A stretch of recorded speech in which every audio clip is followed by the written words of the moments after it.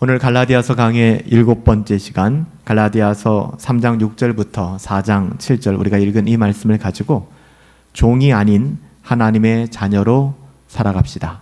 우리 옆에 분에게 이렇게 한번 이야기하시겠어요? 종이 아닌 하나님의 자녀로 살아갑시다. 시작. 종이 아닌 하나님의 자녀로 살아갑시다. 아멘. 여러분, 우린 종이 아닙니다. 우린 노예가 아니에요. 하나님의 자녀입니다. 눈치 보고 살지 마십시오. 우리는 하나님의 자녀라는 사실을 여러분 잊지 않고 살아가시길 바랍니다. 우리는 하나님의 자녀로서의 정체성, 내가 누구인가, 자기 자신을 설명할 때 뭐 여러 가지가 있지 않습니까? 요즘 젊은 친구들은 MBTI를 가지고 난 이런 사람이야 자기를 호소하기도 하고, 아니면 나의 명함을 내밀어서 난 이런 회사에 다니고 있어 자기 자신을 증명하기도 합니다. 뭐 여하튼 괜찮아요. 정말 중요한 것은 우리가 인생을 살아갈 때 내가 누구인가, 정말 나는 누구이지? 나는 하나님의 자녀구나. 하나님의 자녀로서의 정체성을 우리가 기억하고 살아가는 것은 굉장히 중요합니다. 그래야 다른 게 아니라, 그래야 구원받는 게 아니라, 그래야 구원받은 하나님의 자녀로서 하나님이 허락하신 이 선물과 같은 인생을 누리며 즐기며 살아갈 수 있는 것이죠. 하나님의 자녀답게 살아갈 수 있게 된다는 거예요.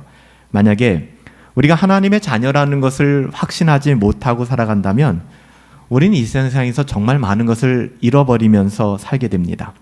우리가 예수님을 믿는다고 하는 것이 이 세상에서 참을 인자만 주구장창 쓰다가 마지막 죽는 그 순간에 천국에 간다, 이렇게 생각하니까 신앙생활이 정말 재미가 없는 거예요. 하고 싶지 않은 것이죠. 그렇지 않아요.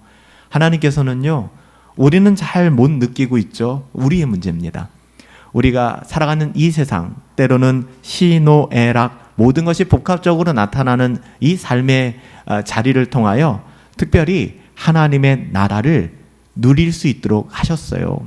그래서 여러분들, 우리는 우리가 거하는 모든 삶의 자리를 불평하고 원망하고 시간 죽이면서 그렇게 낭비하는 게 아니라 하나님의 은혜를 우리 삶 가운데 누릴 수 있어야 돼요. 하나님이 이미 우리에게 그 은혜를 주셨다니까요. 다시 한번요, 우리의 신분은 뭐라고요? 하나님의 자녀입니다. 킹스 키즈, 왕의 자녀라는 것이죠. 그래서 노예처럼 살면 안 돼요. 여러분, 왕의 자녀가 후사가 눈치 보며 삽니까? 재벌 3세가 눈치 보며 살아요? 안 보잖아요. 재벌 3세가 말단 직원으로 대리로 입사해도 몇 년 지나지 않아서 내가 본부장이 되고 내가 탑이 될 거 알고 있어요. 어떻게 보면은 우리는 하나님의 자녀란 말이에요. 그런데요, 우리는 노예처럼 살아갈 때가 너무 많아요. 하나님의 자녀라는 신분을 망각하며 살아가는 것이죠. 사실 갈라디아서의 핵심이 이겁니다. 갈라디아 교회의 문제가 뭔가, 왜 사도 바울이 이렇게 뿔이 났나, 왜 이렇게 사도 바울이 강력한 어조로 갈라디아 교회를 나무라고 있는가? 하나님의 자녀인데 하나님의 자녀다움을 누리지도 못하고 종과 같이, 노예와 같이 신앙생활을 비실비실하며 하면서 살아가는 거예요. 그렇게 하면 안 된다라고 얘기하는 것이죠. 우리는 하나님의 자녀이고 하나님의 자녀는 오직 하나님의 은혜로만 해석될 수 있는 삶을 살아가는 것이다 라고 이야기하는 거예요. 당시 갈라디아 지역에 있었던 이 교회는요, 믿음으로 구원 얻었고 성령도 받았지만 한 가지를 더 첨부했어요. 너희가 유대인들의 그 할례 예식, 유대인들의 그 율법을 더불어 지켜야만 너희들이 구원받을 수 있어 라고 이야기하니까 그들이 그 율법의 저주 아래 묶여가지고서 인생이 너무나 비루해지는 거예요. 너무 힘들어지는 것이죠. 오늘 사도 바울은 이 문제를 다루고 있는 것입니다. 오늘 사도 바울이 이야기하는, 이 증언하는 내용 중에 진짜 중요한 개념이 하나 나오는데요. 이것이 양자됨이라는 거예요. 양자, 아들됨이라는 거죠. 하나님께서는 우리를 아들 삼아 주셨잖아요. 그래서 우리는 하나님의 양자가 되었다고 합니다. 그 양자됨의 개념. 그래서 우리가 오늘 찬양했던 것처럼 하나님을 감히 아빠, 아람어로 아바, 아버지라고 부를 수 있는 것이죠. 오늘 사도 바울은 양자됨의 원리를 이야기하는데요. 이 양자됨의 원리, 즉 우리가 하나님의 자녀 될 수 있는 유일한 길이 뭐죠? 이신칭의예요. 믿음으로 말미암아 우리는 하나님의 자녀가 되는 것이지 우리가 애쓰고 힘쓰고 어떤 스펙을 가지고서 나 아들 삼아주세요. 그래서 하나님이 우리를 아들 삼아주신다 그러면 우리는 너무 힘들어요. 여기 우리들 가운데 하나님의 아들이 될 만큼 스펙을 쌓은 사람이 누가 있겠어요? 감히. 아무도 없단 말이죠. 그래서 그런 방식으로 하나님의 자녀가 되려고 하는 사람들은 인생이 너무 힘들어지는 거예요. 어려워지는 것이죠. 복음을 누리지를 못하는 거예요. 양자됨의 교리는 믿음이라고 하는 것과 행위라고 하는 것을 대조적으로 보여주고 있어요. 우리가 누군가를 아들로 맞이할 때, 입양할 때 너무나 예쁘고 똑똑하고, 여러분 거기에 주안점을 둬서 한 아이를 데려다 입양한다 그러면 반대로 이가 내 기대에 부응하지 못하고 똑똑하지 못할 때, 크면 클수록 밉상이 되어질 때 우리는 그 아이를 인정하지 못할 겁니다. 하나님께서는요, 우리는 죄인 중에 죄인이고 우주에 찍기만도 못한 자들인데 그럼에도 불구하고 은혜로 우리를 불러주셨다는 그 사실, 그렇기 때문에 그리스도 예수 안에 거하는 저와 여러분들 결코 정죄함이 없는 사람들이에요. 하나님의 은혜를 누리며 살아가는 것이죠. 이걸 잘 모르니까 자꾸만 신앙생활을 뭔가 하려고 하는 거예요. 여러분, 뭔가 하는 거는 굉장히 중요합니다. 그런데 뭔가 하는 것은 감사로 하는 겁니다. 이거 해서 뭔가 결과물을 얻어내려고 하는 것은 신앙생활이 아닙니다. 우리가 신앙생활을 할 때 열심히 기도하고 열심히 말씀 보고 열심히 구제하고 열심히 봉사하고 열심히 선한 일을 도모하는 것은 그래야 하나님의 아들이 되기 때문이 아니라는 거예요. 이거는 너무나도 중요한 거잖아요. 그래서 우리가 하나님의 자녀가 된 게 아니에요. 우리가 죄인 되었을 때에, 아무것도 보잘 것이 없는 그때에 하나님께서는 우리를 택하여 하나님의 자녀를 삼아주셨어요. 그래서 그리스도 예수 안에 머물고 있다면 여러분들에게는 더 이상 정죄함이 없는 거예요. 그래서 예수님 뭐라고 말씀하셨어요? 이런 진리를 알아라. 자꾸만 유대인, 율법주의자들에게 속지 말아라. 율법 폐기론자들 같은 사람들에 속아서 정말 비루한 인생을 살지 말아라. 비참한 인생을 살지 말아라. 하나님의 자녀답게 살아가야지. 이런 진리를 알지니, 이 진리를 알고 있니? 그러면 그 진리가 너희를 자유케 할 거야. 너희들은 참된 자유가 무엇인지를, 그러니까 세상이 바뀌는 걸 누리게 될 거야. 예전에는 나 자신만 알고 있던 사람이 어느 순간 내 안에 있던 나의 모든 것을 나를 위해 사용할 때는 행복하지 않았는데, 내 안에 있는 것을 꺼내어 누군가에게 나눠주기 시작할 때 인생이 새로움을 느껴지기 시작하는 것이죠. 예전에는 나 자신만을 위해서 살았는데 그것이 전혀 즐겁지 않았는데, 내가 예수님이 가신 그 길을, 오늘 우리가 공동체 성경 읽기를 통하여 누가복음에서 예수님이 주신 그 산상수훈의 말씀들 따라 살 때 내 인생의 질이 바뀌기 시작하는 것이죠. 세상 사람들은 우리를 바보 같다, 멍충이 같다, 왜 그렇게 사느냐, 왜 손해보고 사느냐라고 이야기하지만, 이런 진리를 알지니 이 진리가 너희를 자유케 할 거야. 우리 주님이 말씀하셨어요. 하나님의 자녀들은요, 결코 세상의 여느 종교인들처럼 뭔가 해야만, 여러분 우리가 이렇게 예배해야 하나님이 기뻐하십니까? 저는 그렇게 생각하지 않아요. 우리가 하나님을 기뻐하고 하나님께 너무 감사하기 때문에 예배하는 거잖아요. 그걸 통해서 하나님이 영광을 받으시는 것이지, 여러분 우리가 하나님의 영광을 더 크게 만들 능력이 우리 가운데 있습니까? 그러니까 부탁드려요. 여러분들이 예배를 대하는 태도, 아니면 여러분들이 경건 생활을 대하는 태도, 여러분들이 선을 행하는 그 모든 것들이 내가 이거 해서 뭔가 얻어야지, 이거 하면 그래도 하나님 앞에 내가 얼굴 들 면목이 있겠지. 여러분 이런 쓸데없는 생각은 버리십시오. 그러니까 신앙생활이 어려워지는 거예요. 주일 예배 시간 지키기 어려워지는 것이고 경건 생활 하나하나 하기가 힘들어지는 거예요. 우리가 정말로 은혜를 입고 정말로 사랑하는 사람을 만날 때에는 이런 거 가지고 고민하지 않아요. 데이트 장소에 먼저 나가죠. 기다려요. 그 기다리는 시간이 너무 행복한 것이죠. 절대로 그 시간에 맞춰서 나가지 않는단 말입니다. 여러분 우리가 율법의 노예로 그러니까 신앙생활을 할 때 우리는 율법의 노예로 살아가면 안 돼요. 전 여러분들에게 자유함이 있었으면 좋겠습니다. 근데 그 자유함이 방종으로 흐르는 것이 아니라 정말 하나님이 우리를 얼마나 사랑하시는지를 깊이 알았으면 좋겠어요. 여러분, 그냥 떡과 포도주가 아니잖아요. 우리가 한 달에 한 번 정말 미니멈으로 최소한 성찬 예배로 예배하고 있단 말이에요. 여러분들을 위하여 찢기신 예수님의 몸이요, 여러분을 위하여 흘리신 예수님의 피라고 생각한다면 여러분 어찌 성찬 예배를 가벼이 여길 수 있겠습니까?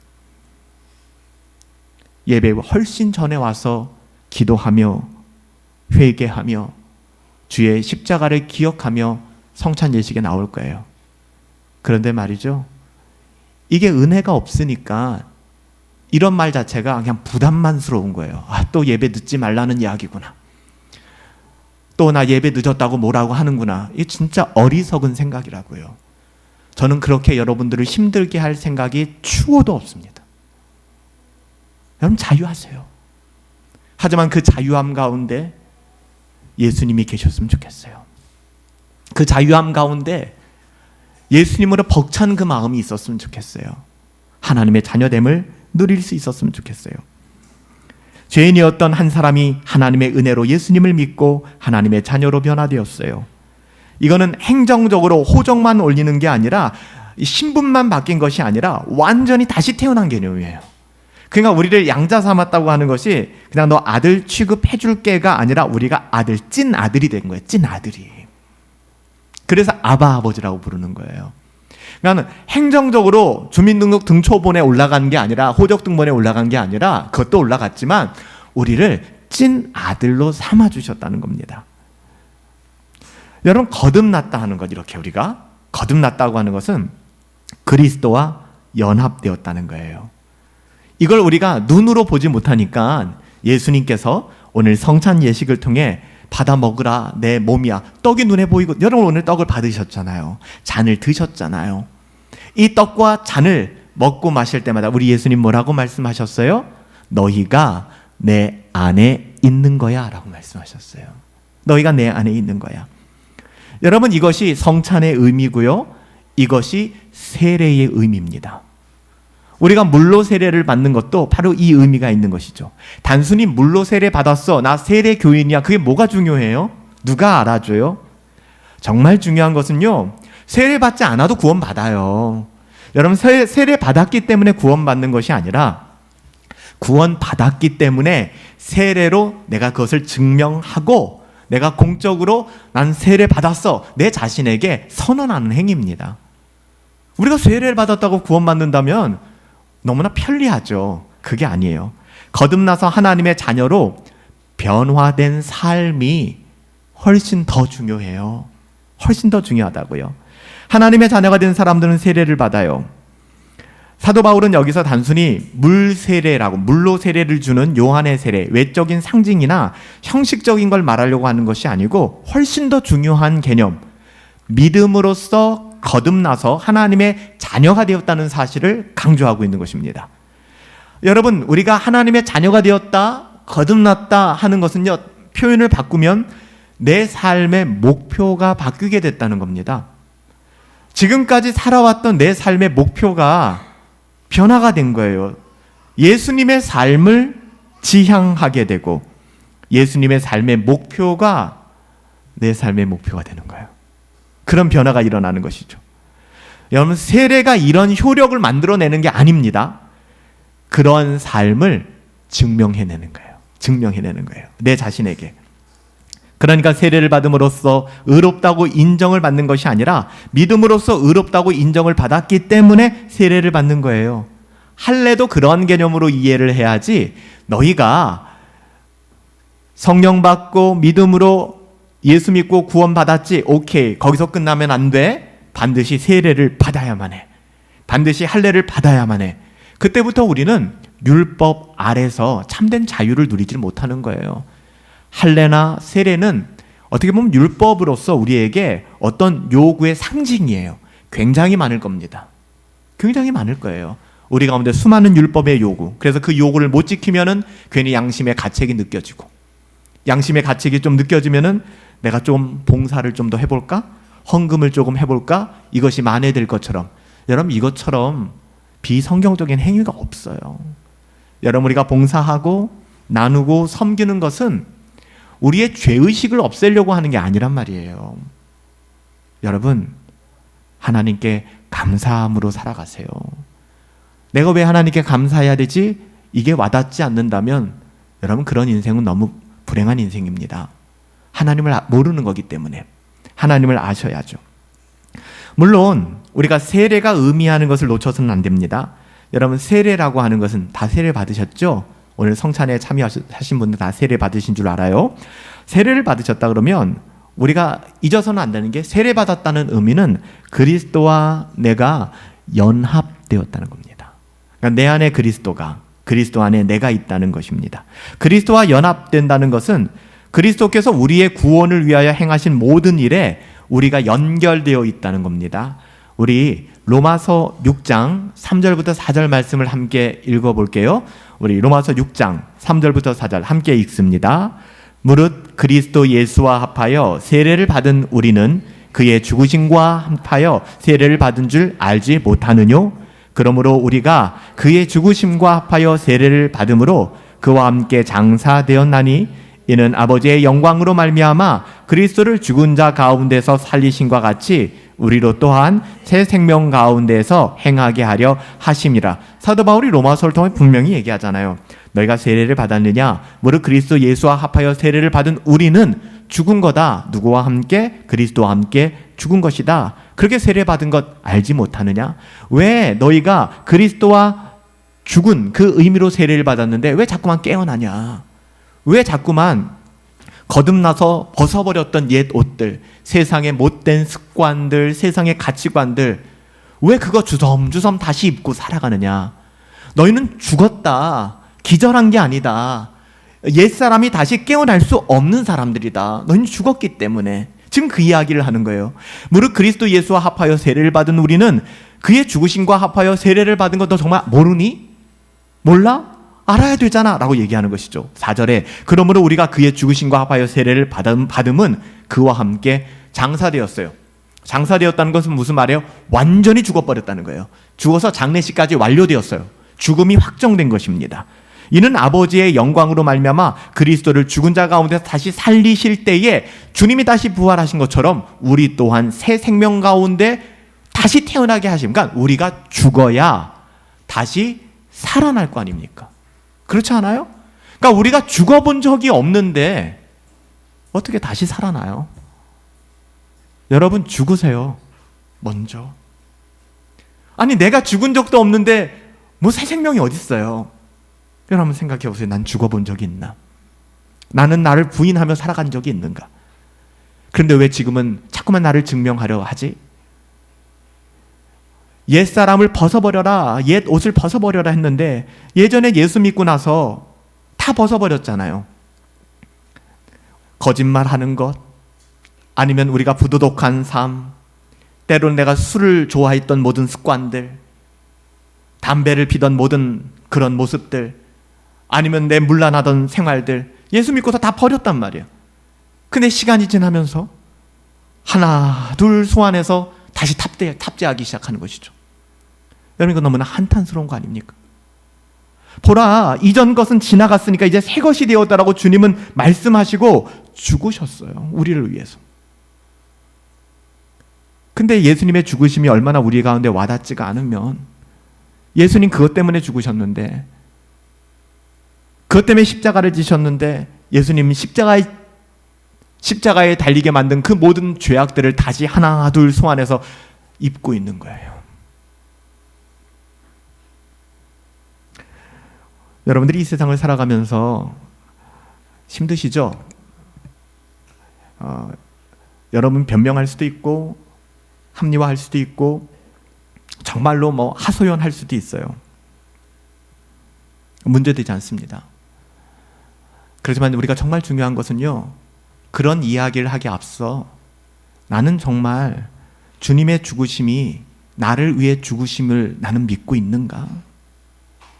정말 예수님이 나를 위해서 죽으셨다는 그 사실을 내가 믿고 있고 내 안에 예수님이 계시고 내가 예수님 안에 거하는 삶을 난 진짜 살아가고 있나? 좀 더 쉽게 얘기하면 내가 하나님을 사랑하나? 이 부분은 여러분 꼭 기억하시기 바랍니다. 그 하나가 여러분이 씨름해야 될 문제예요. 그런데 제가 인생을 살아가다 보면은요, 제가 어저께도 오늘도 비가 온다고 해서 이제 저희 가족도 이제 공원을 좀 한 바퀴 걷는 시간을 가졌는데, 연인들 또 가족들 참 행복해 보이더라고요. 뭐 좋은 휴일을 보내는 것 같았어요. 저는 그분들의 표정들 하나, 특히 이제 연애하는 분들, 딱 보면 느껴지죠. 그 얼굴이 진짜 입이 여기에 달려 있고, 여자친구 사진 찍어주려고 막. 저는 그런 마음이 들어요. 우리를 사랑하신 예수님의 사랑이 우리들에게는 어떻게 비추어질까? 한순간 사귀다가 끝날 수 있는 연인 관계도, 때로는 대판 싸울 수밖에 없고 나를 완전히 받아줄 수 없다는 거 알고 있는 그 대상을 향해서도 우리는 모든 거 다 포기하고 다 내어주잖아요. 돈도 쓰고 시간도 쓰고. 이게 전부 다 아니에요, 솔직히. 신앙이라는 게 굉장히 저급하지 않은 게 뭐냐면요, 우리가 신앙에서 돈 얘기하고 시간 얘기하면, 시간 얘기는 뭐예요? 주일 성수해라, 예배 소중히 여겨라 하는 거잖아요. 돈 얘기하는 건 뭐예요? 우리가 11조와 또 여러 가지 연보들이잖아요. 아, 교회는 그런 거 얘기하지 말아야지 라고 말하는 분들은 이상한 분들이에요. 왠지 아세요? 그것만큼 우리를 잘 보여주는 게 없거든요. 사랑하는 사람이 생겨요. 제일 먼저 뭐 하죠? 시간 쓰고 돈 써요. 여러분, 자녀들에게 시간 쓰고 돈 쓰는 거 아까워하는 부모들 봤어요? 없어요. 대한민국 부모들 통계를 보니까요, 자식들이 결혼할 때 집을 사주기 위해서 남자들 같은 경우는 평균 부모들이 1억 7천만 원, 딸들 같은 경우 1억 4천만 원을 지불한대요. 외국의 그 어떤 나라도 이해할 수 없는 문화래요. 심지어 일본인들도. 아니, 왜 자식들이 결혼을 하는데 부모들이 왜 그래야 돼? 부모는 부모의 삶이 있는데.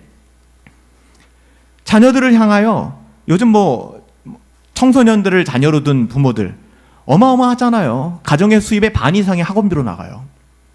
그래도 그거 다 됩니다. 왜요? 사랑하니까. 시간 다 돼요. 사랑하니까.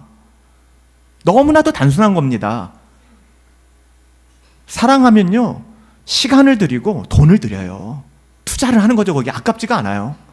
제가 제 딸한테 뭔가를 베푸는 것에 대해서 저는 단 한 번도 아까워해 본 적이 없어요. 사랑하니까.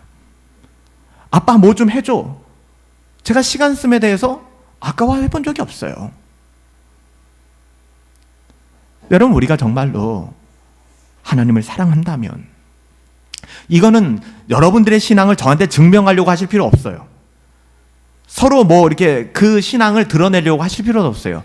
여러분 스스로가 생각해 보셔야 될 지점이라는 거예요. 아주 진지하게. 우리가 그리스도와 합하여 세례를 받았다고 하잖아요. 우리의 세례가 진짜 중요한 의미가 있다면, 여러분 그리스도와 합하여라고 할 때 영어 성경에는 baptize into라는 전치사를 써요. 그러니까 baptize, 수동태죠. baptize, 우리가 세례를 받는데 into Christ예요. 즉 그리스도 안에서, 그리스도 안으로 들어가 우리가 세례를 받는다는 거예요. 그러니까 세례를 받는다는 건 다른 의미가 아니에요. 이 세상이 아니라 그리스도께로 쑥 들어가는 거예요. 하나님 나라로 들어가는 거예요. 우리가 이 세상의 여러 가지 법과 이 세상의 문화 속에 통치를 받고 살아가지만 우리는 하나님의 말씀에 통치를 받는다는 게 달라지는 거예요. 그러니까 여러분들은 이 목사의 말에 순종할 필요가 1도 없어요. 그런데 만약에 이 목사의 말이, 이 강단에서 선언되는 말씀이 하나님의 말씀에 근거한 것이고 하나님의 말씀으로 우리가 이 말씀을 나누는 것이라면 여러분 가장 우선순위로 순종하셔야 해요. 우리는 하나님의 백성이니까, 하나님의 법을 지키는 사람들이니까, 그 안에서 살아가는 사람들이니까 그리스도 안으로 들어가는 것이죠. 그게 그리스도와 연합되었다는 거예요. 그리스도와 함께 고난도 받겠다, 그리스도와 함께 삶도 누리겠다라는 것이죠. 그리스도와의 연합을 설명하는 또 하나의 방식은 아까도 말씀드렸지만 옷을 입는다고 해요. 제가 오늘 정장을 입었잖아요. 늘 설교 다녔을 때는 가급적이면 정장을 입거나 아니면 단정하게 옷을 입으려고 노력합니다. 타이를 꼭 매지 않을 때도 있지만 경우에 따라서는 그래도 그렇게 하려고 해요. 우리가 중요한 장소에 나갈 때 마찬가지 아니겠습니까? 저도 뭐 후드티를 입고 다녔을 수 있어요. 그게 뭐 중요한 부분은 아닙니다. 그럼에도 불구하고 제가 하나님의 말씀을 수종들기 때문에, 하나님의 말씀을 전하는 자이기 때문에 여러분들 앞에 격식을 갖추어서 옷을 입는 것이죠. 여러분, 우리가 그리스도와 연합되었다 할 때 옷을 입는다라고 표현합니다. 옛 옷을 벗어버리고 새 옷을 입는다는 거예요. 여러분들에게 묻고 싶어요. 여러분 예수님 믿고 나서 어떤 옷을 벗으셨나요? 저는 뭐 옷을 벗은 적이 없는 것 같은데요 하면은 고민해 보셔야 돼요. 변화가 없다는 거거든요. 옛날과 똑같이 살고 있다는 거예요. 나는 예수님 믿고 나서 어떤 옷을 벗었지? 어떤 게 좀 불편해졌지? 여러분 그 지점을 찾아야 합니다. 새 옷을 입고 헌 옷을 벗는 것이죠. 여러분 헬라, 그리스, 예전 고대 그리스 문화에서는 이교도들이 크리스찬들 말고 이교도들이 그들의 종교에 입문하면 이렇게 자신들의 옷을 벗고 그들의 종교가 지향하는 옷을, 새 옷을 입는 그런 의식을 갖췄다고 해요. 솔직히 오늘날에도 목사님들이, 저도 가끔 가운을 입기도 하지만 가운을 입지 않는 이유도 여기 있는 거거든요. 왜냐하면 가운을 입음으로 말미암아 우리가 거룩함을 보장받는 것이 아닌데 자꾸만 이교도들처럼 어떤 복장을 통해서 우리가 경건의 능력을 자꾸만 이야기하는 것 같아서 우리가 어떤 예식이 아니고서는, 특별한 예식이 아니고서는 기독교에서는 그런 옷을 입지 않습니다. 그렇지만 고대 헬라 문화 속에서는 이런 종교적인 의식의 복장들이 있었던 것 같아요. 이런 점에서 이방 출신의 그리스도인들은 지금 바울이 뭘 말하는지 분명히 알았을 겁니다. 옛 옷. 그러니까 세상에 익숙하게 하던 나의 말들 있잖아요. 거친 말들, 세상의 가치관들, 이 벗어버리는 거예요. 그래서 새로운 언어로 바뀌게 되는 것이죠. 세례받은 신자들은 공동체에 속한 사람들, 세례받은 신자들, 거룩한 하나님의 자녀들은 이렇게 쓰는 말들이 바뀌게 되고 그들의 문화가 바뀌게 되죠. 세상에 대하여는 이전과는 전혀 다른 방식을 가지고 살아가게 된다는 거예요. 그래서 오늘 사도 바울도 성경도 분명히 이야기하는 것이 세례를 받은 자들은 그리스도로 옷을 입는 자다. 여러분 그리스도로 옷 입을 수 있게 되길 예수님의 이름으로 축복합니다. 그리스도의 옷을 입으셔야 돼요. 이제 사도 바울은 하나님의 아들, 하나님의 자녀됨의 신분에 대하여 더욱더 논리적으로 이야기를 합니다. 27절에는 우리 모두가 그리스도 안에 있기 때문에 모든 장벽이 다 제거된 거다. 가장 중요한 건 뭐예요? 내가 어디 있어야 되는 거예요? 그리스도 안에 있어야 되는 겁니다. 내가 그리스도 안에서 발견되어져야 돼요. 그럼 모든 장벽은 무너집니다. 그리스도 예수 안에 있다는 말은 그리스도께 속하였다라고 표현되기도 합니다. 그리스도께 속한 자는 아브라함의 자손이라는 거예요. 그리스도가 바로 아브라함께 약속했던 그 씨, 자손이기 때문에, 그래서 우리가 아브라함의 자손이 되는 것이죠. 유대인이라는 혈통 때문에 아브라함의 자손이 되는 것이 아니라 믿음으로 그리스도께 속한 자가 되었기 때문에, 그리스도가 믿음의 씨앗이 되었기 때문에 우리가 참 아브라함의 자손이 된다, 이렇게 이야기하는 거예요. 자꾸만 아브라함 이야기가 나오고 참 씨가 나오고 이랬을 때 여러분들이 우리가 예수 안에 있기 때문에, 예수님을 믿음으로 고백하기 때문에 우리가 아브라함의 자손이 되는구나. 시오니즘에 빠지지 않고 혈통적인 유대인들만이 하나님의 선민이 아니라 우리가, 교회가 하나님의 자녀이구나의 근거가 여기에 있는 거예요. 할례라는 형식을 통해서가 아니라 율법을 지켰느냐 지키지 않았느냐의 조건이 아니라 오직 믿음으로 그리스도께 속하게 되고 아브라함의 자손이 되었다는 것입니다. 이 말은 유대인들에게는 진짜 혁명적인 이야기였어요. 절대 받아들일 수 없는 이야기. 그러니까 그 유대인들의 율법주의에 빠져서 갈라디아 교회마저도 이렇게 율법 지향적인 교회로 바뀌게 된 것이죠. 여러분, 아브라함의 자손이라는 말은 하나님께서 아브라함이 약속하신 모든 축복 아시죠? 하나님께서 너희 자녀들을 하늘의 별과 같이 바다의 모래같이 많게 할 것이다. 여기서 끝나지 않았어요. 아브라함에게 주신 축복이 뭐예요? 내가 너로 하여금 대적의 문을 취하게 하리라. 이 놀라운 권세를 주셨다고요. 대적의 문을 취하게 하리라. 모든 천국의 열쇠를 베드로에게 준 게 아니라 하나님의 자녀들 아브라함의 자손들에게 주신 거예요. 여러분 이것은요 상속권을 의미합니다. 하나님의 자녀됨의 권리. 본문은 갈라디아 교인들에게 너희가 하나님의 자녀임을 알아라. 여기서 끝나는 게 아니에요. 여러분 그 의미가 무엇인지, 하나님의 자녀가 되었다라고 하는 것은요 하나님의 유업을 이을 자가 되었다. 4장 1절에 그렇게 얘기하잖아요. 하나님의 유업을 이을 자가 되었다는 것입니다. 상속자가 되었다는 거예요. 여러분 보세요.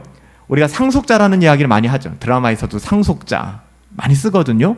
상속자는 이미 명의는 있어요. 타이틀은 있어요. 그런데 실제적인 소유를 했나요, 안 했나요? 아직 소유는 안 했어요. 아직 그 소유가 넘어오지는 않았습니다. 그래서 아직 그 상속자는 그 모든 것을 자기가 사용할 수는 없어요. 그래서 후견인이 생기는 것이고 청지기가 생겨서 그래서 그 상속자의 재산을 돌보아주고 아직 사용은 못하지만 그의 명의이지만 그런 관계 속에서 설명될 수 있는 것이죠. 왜 그랬을까요? 아직 상속자가 어릴 때. 그 어리기 때문에 이 상속자가 그 어마어마한 재산을 사용할 줄을 몰라요. 그래서 어떤 나이가 될 때까지는, 이게 로마의 법에 있었거든요. 어떤 나이가 될 때까지는 청지기가, 종이죠, 종. 그 종이 그 주인의 재산을 대신 관리하되 명의는 누구 거예요? 아들 겁니다. 상속자예요. 후견인은 주인의 아들, 상속자가 아직 미성숙한 어린 아이일 때 그를 돌보는 노예입니다. 자녀가 아니라 노예입니다. 청지기는 그가 어려서 아직 재산을 관리할 수 없기 때문에 성인이 될 때까지 그 재산을 돌보아 주는 것이죠. 비록 상속자는 그 모든 재산의 주인이지만 노예의 감독 아래 잠깐 동안은 살아야 합니다. 이것을 율법이다라고 얘기하는 것이죠. 율법의 기능에 대해서 이야기하는 것이죠. 율법이 이런 역할을 하는 것이지 율법이 어떻게 보면 우리를 하나님의 자녀로 만들어내는 것은 아니라는 거예요. 그래서 사도 바울은 그리스도께서 오시기까지, 그러니까 구약시대죠. 그리스도가 오시기 전까지 율법은 몽학 선생이었다. 다시 말하면 율법을 통해서 구약시대 때도 구원받은 것이 아니라 율법을 통해서 깨닫게 되고 오실 그리스도를 바라보게 만드는 것이었다. 그러나 드디어 오늘 갈라디아서 말씀에 정말 주목해야 될 말씀은 때가 참에, 하나님의 때가 참에 이 세상의 시간과 공간 속에 우리 주님이 오신 거예요. 때가 참에. 이 사건이 모든 것을 변화시킨 겁니다. 그래서 before Christ, BC와 아노 도미니, AD가 나눠진 거죠. 서양의 그 양력이 만들어진 거죠. 예수님이 오시기 이전과 예수님이 오신 이후가 나누어지게 된 것입니다. 때가 참에. 종노릇하던 우리가, 율법의 종노릇할 수밖에 없던 우리가 이제는 하나님의 자녀됨을 확신하게 된 거예요. 그리스도 예수로 말미암아 하나님의 아들이 오셔서 죽으시고 부활하심으로 우리를 하나님의 아들 삼아주셨습니다. 인쳐주셨습니다. 여기 너무나도 짧은 두 구절, 오늘 갈라디아서 4장 4절부터 5절 말씀에 보면은 뭐라고 얘기합니까? 중요한 말씀이에요. 4절 5절 우리 같이 한번 읽어볼까요? 같이 한번 읽습니다. 4절 5절 말씀 시작. 때가 참에 하나님이 그 아들을 보내사 여자에게 나게 하시고 율법 아래 나게 하신 것은 율법 아래에 있는 자들을 속량하시고 우리로 아들의 명분을 얻게 하려 하심이라. 아멘. 진짜 이거 너무 가슴 설레는 말 아닙니까? 때가 찼어요. 이제는 오실 메시아를 바라보는 때가 아니라 그리스도가 인간의 몸을 입고 여인의 후손으로 이 땅 가운데 오셨어요. 여자에게 나게 하시고, 그 이유는 뭐예요? 왜 여자의 몸을 통해서 나게 하셨어요? 우리를 구원하시기 위하여. 율법 아래 나게 하신 그 이유는 율법 아래 있는 우리 모두를 속량하시는 예수 그리스도가 구원자가 되기 위한 필요 충분 조건을 다 갖추기 위하여, 또한 우리로 아들의 명분을 얻게 하시려고. 때가 참에 His timely arrival, 그가 오실 그 때가 참에. 여러분, 고대 세계에는 아들에게 유산을 물려주기 위한 때를 결정하는 사람이 누구였을까요? 아버지였어요. 그 권한은 아버지께 있는 것이죠. 여기서 때가 참에라는 표현은 하나님 아버지께서 아브라함에게 약속하신 모든 일을 이루실 때를 결정하시고 그리스도를 보내신 것입니다. 예수님께서 이 땅에 오실 때에 세상이 그리스도의 복음을 받기에 가장 적당한, 우리가 지금 이 시간에 이걸 다 논할 수는 없겠지만 예수님이 이 땅 가운데 오셨던 2000년 전 그때 모든 지정학적, 그리고 정치적, 또 언어적, 인류학적 모든 배경이 가장 맞는 타이밍에 예수님이 이 땅 가운데 오셔서 그 당시에 가장 일반적인 언어 헬라어를 사용하시고, 또 로마를 통해서 전 세계가 정복되어지는 그때에 그 로마의 길을 통해서 복음이 확장되어져 가고, 여러분, 이 모든 것들이 하나님의 때에 합당하게 예수님께서 이 땅 가운데 오사 우리의 구원을 확증하여 주신 것이죠. 여인에게서 나셨다. 여인의 후손으로 오셨다. 그리고 율법 아래 있는 모든 자를 속량하셨다. 여러분 리디머 그렇게 얘기하잖아. redeem, 속량했다는 거예요. 우리의 죄를 대신 뒤집어 썼다는 겁니다. 이게 없어진 게 아니라 우리의 죄를 대신 뒤집어 썼다는 거예요. 그로 말미암아 예수님이 우리의 모든 죄를 뒤집어 쓰시고 십자가에서 죽으심으로 말미암아 우리에게 뭘 주셨어요? 하나님의 아들됨의 명분을 주신 겁니다. 감히 우리가 하나님의 상속자가 된 거예요. 오늘 말씀을 마무리하며 우리가 진지하게 다시 한번 생각해 보았으면 좋겠어요. 여러분은 아들이십니까? 아니면 노예십니까? 여전히 하나님 눈치 보며 이거 못하면 죄책감 받고 이거 하면 하나님 기뻐하실 것 같아서 수동적이고, 여러분 그렇게 살고 있지는 않습니까? 아니면 여러분 하나님의 자녀이신가요? 아들이라는 것을 알고 있음에도 불구하고 혹시 노예와 같이 종과 같이 매일매일의 삶을 살고 있지는 않습니까? 사도 바울은 오늘 마지막 4장 7절에서 갈라디아 교인에게 이렇게 말해요. 내가 이후로는 종이 아니다. 부탁이다. 너희 종 아니야. 종처럼 살지 마. 눈치 보며 살지 마. 자유했으면 좋겠어. 여러분 눈치 보지 마세요. 목사 눈치 보지 마시고, 왜 목사 눈치를 봐요? 교회 성도들 눈치도 보지 마세요. 여러분 왜 그렇게 눈치 보며 삽니까? 우리는 하나님의 자녀들이에요. 눈치는 아니지만 우리가 의식하며 살아야 될 유일한 분은 하나님이세요. 코람데요. 하나님 안에서. 우리가 무엇으로 우리 자신을 자꾸만 이야기합니까? 내가 이후로는 종이 아니요 아들이니, 아들이면 됐다. 하나님으로 말미암아 유업을 받을 자다. 여러분은 왕의 자녀예요. 왕의 자녀답게 살아갑시다. 왕의 자녀됨을 누리십시다. 아들됨이란 하나님께서 자녀들에게 주시겠다고 약속하신 모든 것을 상속받는 겁니다. 죄 용서만 받은 게 아닙니다. 죄 용서만 받고 끝나는 게 아니라 천국과 영생과 그 모든 것을 아들에게 다 주시겠다는 거예요. 약속하셨고 믿음으로 말미암아 아들 된 자들에게 그것을 다 받아 누리겠다. 이것을 누리는 사람들은요, 비록 똑같은 인생을 살아가지만 삶의 자리가 바뀌지 않지만 내가 바뀜으로 말미암아 세상이 달라져요. 예전에는 우리가 서 있는 자리가 너무나 짜증나고 답답하고 미칠 것 같았지만, 버거웠지만 내가 바뀌는 거예요. 그것이 넉넉해지는 거예요. 자족해지는 겁니다. 할렐루야. 여러분 그거 전 누릴 수 있었으면 좋겠어요.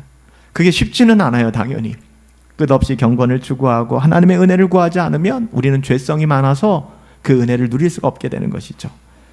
다시 한번요, 저와 여러분들 하나님의 자녀들입니다.